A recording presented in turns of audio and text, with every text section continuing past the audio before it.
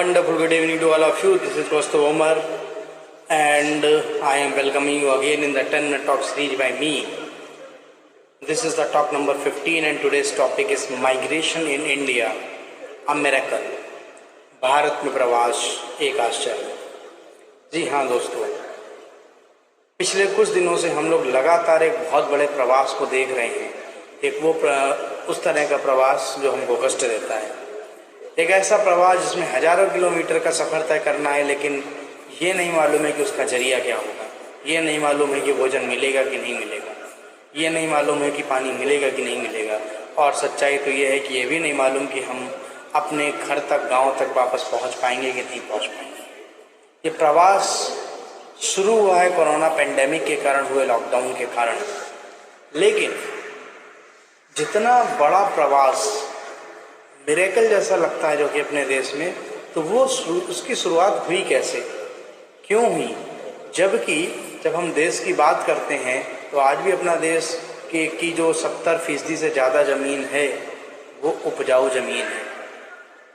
70% से ज़्यादा ज़मीन ऐसी है जहाँ पर उपजाऊ ज़मीन होने के साथ साथ, खेती के साथ साथ, बगीचों के साथ साथ कई तरह के उद्योग धंधे भी लगाए जा सकते हैं, पर फिर एक विशेष स्थान के लिए प्रवास क्यों? रूरल से अर्बन का माइग्रेशन क्यों? ये बहुत बड़ा क्वेश्चन है, क्योंकि हम डेवलपिंग कंट्री के रूप में जाने जाते हैं और डेवलपिंग कंट्री का जो स्वरूप है पिछले कुछ सालों में बदला है। कुछ सालों का मतलब 10 साल लगभग, अगर हम मान के चले 15 साल से, तो वो स्वरूप बदला है। हम बेहतर तरीके से अपने आप को सशक्त बनाकर आज दुनिया में अपने आप को दिखा पा रहे हैं। हम लोगों की मदद भी कर रहे हैं, वो दवा देने के मामले में हो, उपकरण देने के मामलों में हो, रक्षा के लिए हो। हम अन्य देशों को सुविधाएं भी मुहैया करा रहे हैं, हम अन्य देशों के लिए भी सहायक बन रहे हैं, पर उन सब के बावजूद इतना बड़े स्तर पे प्रवास क्यों? पूरे देश में 1 करोड़ से ज़्यादा मजदूर या मजदूर वर्ग से बिलोंग करने वाले लोग हैं जो अपने अपने घर, गांव को छोड़कर जाते हैं काम करने के लिए, काम की तलाश में। और काम की तलाश वहाँ किस तरह की है? तो किसी को ऑटो चलाना है, किसी को रिक्शा चलाना है, किसी को कंस्ट्रक्शन वर्क में काम करना है, किसी को फैक्ट्रीज में काम करना है। इस तरह के डिफरेंट जो है वो काम जाकर वहाँ पर कर रहे हैं। लेकिन प्रश्न इस बात का है कि अगर हम वाकई डेवलपिंग हैं, हम लोग विकास कर रहे हैं और हर राज्य की अपनी सरकारें हैं, हर शहर की अपनी व्यवस्था है, तो फिर वहाँ पर ये माइग्रेशन क्यों? ये भी सच्चाई है कि उन 1 करोड़ जो मजदूर हैं, उन 1 करोड़ मजदूरों में से अगर हम लोग 75% की बात करेंगे तो वो एक किसी प्रॉपर ट्रेनिंग के जरिए स्किल्ड नहीं किए गए। वो अपने काम को करते करते सीख के अपने काम को आगे बढ़ा। तो जब हम ऐसे सड़कों पर लगातार इतनी लंबी लंबी लाइनें देखते हैं मजदूरों की, तो कहीं ना कहीं ये सब कष्ट की बात होती है। और सच्चाई ये भी है कि जब हम लोग ये पूरा लॉकडाउन खत्म होगा, कोरोना पेंडेमिक समाप्त होगा और फिर उसकी एक नई तरह से स्टैटिस्टिक्स, उसकी नई तरह से एक एनालिसिस करी जाएगी, तो हम लोग पाएंगे कि जो 1 करोड़ मजदूर थे उसका 0.5%, 0.1% या 0.4% कितना परसेंट है जो इतने बड़े प्रवास के दौरान अपने कर्म क्षेत्र से अपने गृह क्षेत्र की ओर लौटने की कोशिश की, लेकिन वो कामयाब नहीं हुआ।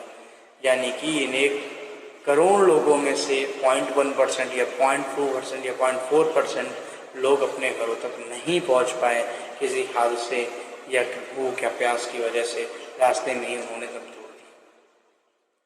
तो बात है इस एक मिरेकल की, एक आश्चर्य की, कि जब हम इतनी उपजाऊ ज़मीन पर रहते हैं, इतनी संभावनाओं वाले देश में रहते हैं और बड़े बड़े दावे हम दुनिया में जगह जगह पर करते हैं कि हमारे देश में ये है, हमारे देश में वो है, हमारे देश में तकनीक, विज्ञान सब है, तो फिर ये इतना बड़ा माइग्रेशन क्यों? क्योंकि हम लोगों ने शुरुआत करी है अर्बन कल्चर की, और वो अर्बन कल्चर की शुरुआत का कारण सिर्फ इतना है कि जितनी इंडस्ट्रीज लगानी है तो एक पार्टिकुलर प्लेस पे लगानी है। हमको एक जोन में ही सब कुछ करना है। बिल्कुल कुछ इसी तरीके से है कि एक मॉल की बात करते हैं तो एक मॉल में एंटर करने के बाद आपको हर तरह की शॉप मिलती है। आपको कपड़े की शॉप भी मिलेगी, आपको टूल्स की शॉप भी मिलेगी, आपको स्पोर्ट्स के सामान की भी शॉप मिलेगी, आपको ग्रोसरी स्टोर भी मिलेगा। आपको हर तरह के शॉप वहाँ पर मिलेगी। इसी तरह मॉल के तरीके शहर भी बने हुए हैं कि इस पार्टिकुलर शहर में केवल यही काम किया जाए, ये सुविधाएं मुहैया कराई जाएंगी, इस जोन पर इतनी छूट दी जाएगी। बढ़ पाएंगे क्यों? आप खुद महसूस करिए, कोरोना पेंडेमिक के दौरान सबसे ज़्यादा जो नुकसान पा रहे हैं वो कौन पा रहे हैं? ये मॉल्स पा रहे हैं। और ये तय है कि जब 31 मई के बावजूद ये लॉकडाउन खुलेगा तो मॉल्स को उतनी ज़्यादा छूट तब भी नहीं मिलने वाली है। छूट किनको मिल रही है? वही घर गली मोहल्ले की दुकानों को छूट मिल रही है जो इंडिपेंडेंट रूप से खुली हुई है। ये कल्चर जब हम जान रहे हैं, आज उसका परीक्षण करने को मिल रहा है कि शहरों को एक मॉल्स की तरीके हमने तैयार किया है, तो उस समय जब हम इसकी तैयारी कर रहे थे बड़े बड़े दावों के साथ, बड़े बड़े बजट के साथ, तब इतने बड़े बड़े वित्तीय व्यवस्था को सोचने वाले लोग, इतने बड़े बड़े एक्सपर्ट, इतने बड़े बड़े इकोनॉमिस्ट, इतने बड़े बड़े अर्थशास्त्री सब फेल हो गए। क्योंकि आज सच्चाई है कि वही जो मोहल्लों की गली की जो सड़कों पर दुकानें हैं, वही लोगों के सामान की आपूर्ति कर पाने में सक्षम हैं। और आने वाले समय में तमाम जब रोग प्रतिरोध लगेंगे उन मॉल्स पर ज़्यादा होंगे, ना कि इन दुकानों पर ज़्यादा। इसको समझने की हमको ज़रूरत है कि एक शहर से इतने बड़े दूरी का माइग्रेशन नहीं होना चाहिए। हम जब बात करते हैं किसी एक पार्टिकुलर स्टेट की, तो उस स्टेट में जो बहुत अच्छे तरीके से एक डेवलप्ड जो है सिटी जैसा रूप लेते हैं, उनकी गिनी चुनी संख्या है। हम यूपी की अगर बात करते हैं जहाँ पर 75+ जिले हैं, उनमें भी से अगर हम बात करते हैं तो आपको इकोनॉमिक के तौर पे या डेवलप्ड जिन्हें आप थोड़ा बहुत कह सकते हैं, गिनती के 4 या 5 आपको जिले मिलेंगे, जिसमें नोएडा आप सुन सकते हैं, गाजियाबाद, लखनऊ, कानपुर जैसे शहरों के नाम सुन सकते हैं। But why? क्योंकि राज्य सरकारों को तो आज़ादी के बाद से लगातार हम सब लोग उनको उस स्तर पर बैठाते चले आ रहे हैं। इन सबके साथ जाने कितने अर्थशास्त्री, जाने कितने वैज्ञानिक, जाने कितने लोग हमेशा आए, पर फिर भी 5 ही जिले क्यों, 6 ही जिले क्यों जो इतने डेवलप्ड सिचुएशन में पहुँचे? यही हाल हर स्टेट का है। आप छत्तीसगढ़ की बात करेंगे तो हमारा सारा फोकस कहीं ना कहीं रायपुर दुर्ग भिलाई पर चला जाता है। जब हम एमपी की बात करते हैं तो सारा फोकस हमारा उज्जैन, इंदौर, भोपाल पर जाके रुक जाता है। हम जब साउथ इंडिया में बात करते हैं तो साउथ इंडिया के भी मैं डिस्ट्रिक्ट के नाम पूछूंगा तो आपके पास गिनती से गिने चुने डिस्ट्रिक्ट के नाम आएंगे। जब मैं तमिलनाडु की बात करूँ तो आपको चेन्नई, कोयम्बटूर, जैसे मदुरै, ये शहर के नाम आपको सुनाई पड़ेंगे। मैं केरला की बात करूंगा तो बड़े लिमिटेड आप जो तिरुवनंतपुरम जैसे डिस्ट्रिक्ट का नाम बता पाएंगे। But why? बिकॉज कि सारा हमारा फोकस, इतने बड़े बजट, इतनी सारी व्यवस्था के बावजूद सरकारें कोई भी रही हो, लेकिन सारा फोकस केवल एक जोन को स्पेशलाइज करके बनाने में लगा रहा।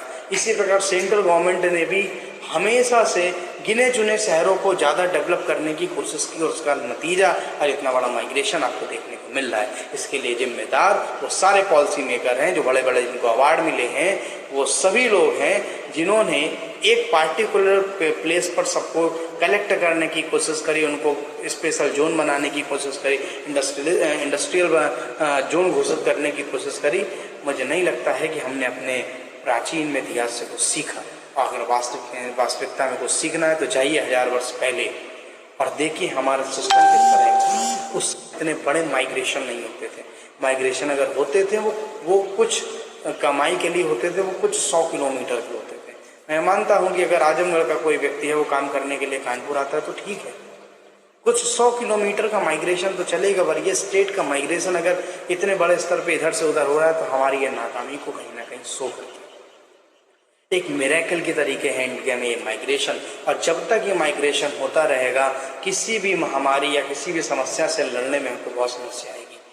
अब एक और मिरेकल आपको बनाने की जरूरत है कि जब इतने जो है हर राज्य से जब इतने लाख वहाँ के मजदूर भाई बहन लौट के अगर आएंगे और अगर उन स्टेट्स ने वहीं पर उन इंडस्ट्रीज़ को इस्टेब्लिश करने का काम किया और एक मिरेकल करके दिखाया कि लौट के आने वाले 10 लाख थे, लेकिन जब को सारे हालात सामान्य हो गए वहाँ से वापस जाने वालों की संख्या मात्र 50,000 रह गई, अगर 1 लाख हो गई, तो मैं मानूंगा हमने बहुत कुछ सीखा।